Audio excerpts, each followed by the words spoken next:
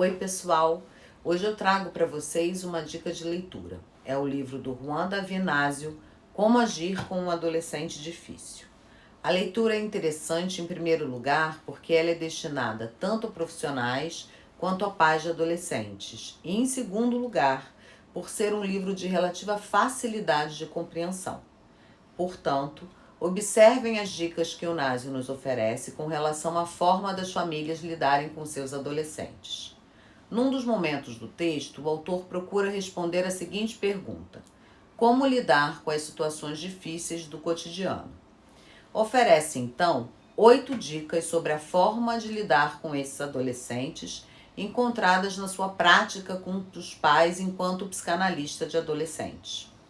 É importante observar que essas dicas não estão voltadas para aquelas famílias que enfrentam situações de risco mais profundo com seus filhos, e sim aparecem comumente no cotidiano e são esperadas para a faixa etária.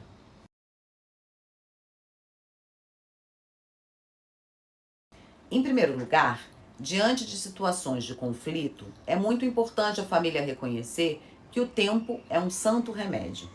A adolescência é uma fase. É natural que todas as dificuldades inerentes a esse período passem com o tempo. Em alguns momentos, ao invés de entrar na rota de conflito com o jovem, é preciso apenas que a sua família espere um pouco para que as coisas se assentem, se acalmem, para que então eles possam ter uma convivência mais amena.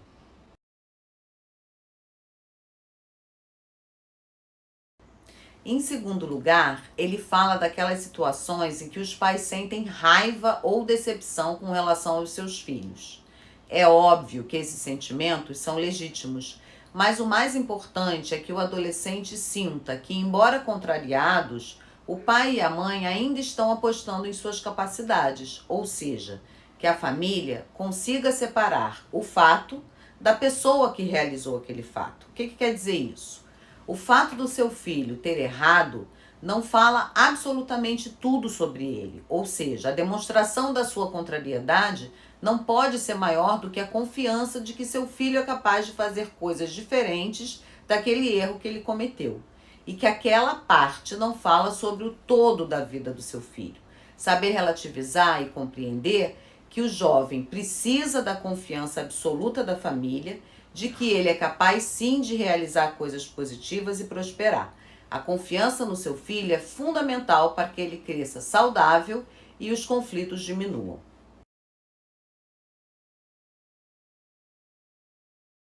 Em terceiro lugar, é importante que você, enquanto autoridade, consiga estabelecer sanções junto a sua filha ou seu filho. Entretanto, você nem é policial, nem é amiguinho do seu filho. Embora ele espere que você se constitua enquanto autoridade válida, isso não necessariamente implica uma relação policialesca de vigia permanente. O mais importante é que você estabeleça um diálogo, coisa que sabemos que no cotidiano é bastante difícil. Entretanto, quando você consegue que esse diálogo chegue a um meio termo entre o seu desejo e o desejo do seu filho, você consegue estabelecer ações mais propositivas e fica muito mais fácil para o seu filho ou filha compreenderem haver um sentido naquilo que você está questionando e propondo a ele. Em quarto lugar, o Násio fala de uma situação muito comum, que é a situação da comparação, e ela deve ser evitada a qualquer custo. Por um lado, muitas vezes as famílias, ao compararem os seus adolescentes com outros jovens, desejam que ele seja desafiado em seu orgulho e mude a sua atitude. Na verdade, a única coisa que ele consegue é humilhar aquele adolescente que se sente inferior diante do modelo que foi apresentado. Então, essa é uma atitude que deve ser muito observada, porque ela realmente causa danos profundos ao relacionamento entre o pai, a mãe e os seus filhos.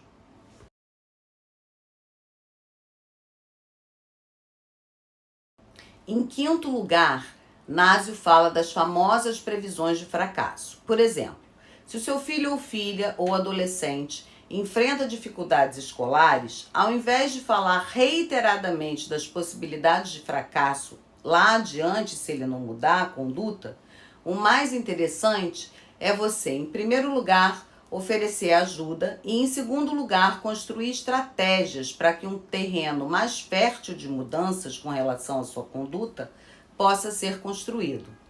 Isso porque o adolescente, de forma geral, é imediatista.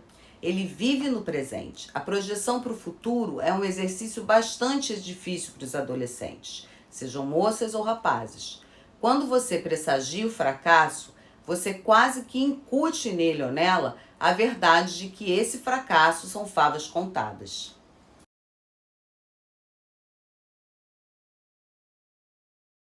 Em sexto lugar, o autor fala de uma situação muito comum, que é a da família ser positivamente surpreendida com elogios de pessoas que não convivem cotidianamente com os seus adolescentes. Por exemplo, seu filho ou filha vai passar um final de semana na casa de um amigo ou amiga e, de repente, a família te dá um retorno de que o comportamento foi excelente e que ele é uma pessoa docilíssima e amabilíssima. Isso pode surpreender a família, já que a relação em casa tende sempre a ser bem mais esgarçada e difícil. Mas por que isso acontece? Em geral, filho e filhas adolescentes vivem o amor dos pais o tempo todo como julgamento. É como se seus pais não amassem ele ou ela, e sim o desempenho que tem.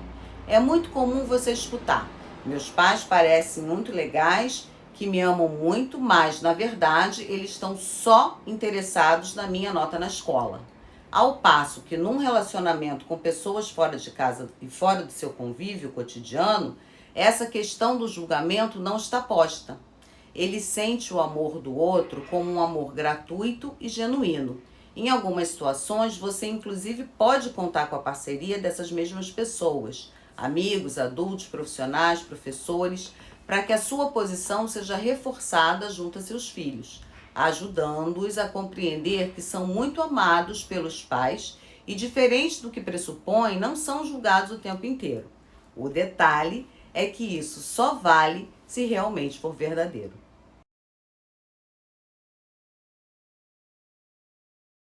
Em sétimo lugar, Násio sublinha a importância do relacionamento do seu filho com outros adultos.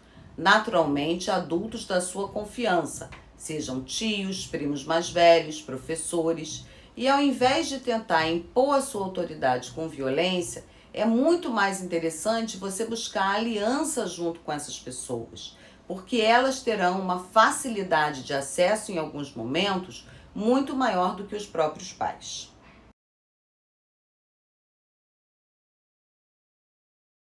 E por fim, o autor nos lembra que muitas vezes as expectativas que nós criamos em relação aos nossos filhos se referem muito mais ao ideal de adolescente que nós construímos na nossa cabeça desde o seu nascimento e muitas vezes desde a gravidez ou desde o momento em que a gente decide ter filhos.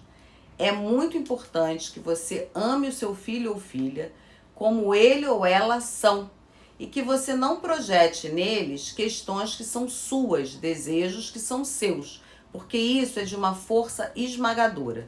Seu adolescente, com certeza absoluta, vai se sentir pressionado, cobrado e muito pouco à vontade para fazer escolhas mais autênticas e autônomas. Assim, é fundamental que o adulto reconheça que a fase da adolescência às vezes é tão difícil porque ele próprio precisa realizar lutos internamente.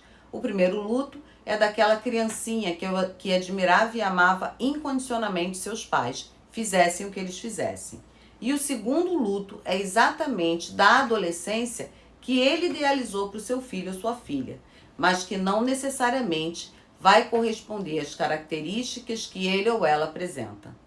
Por fim, essas foram as dicas apresentadas nesse livro. O print do livro está no início desse vídeo e após essa apresentação deixo aberto um espaço de diálogo para que você possa falar das suas dúvidas, dificuldades e acertos.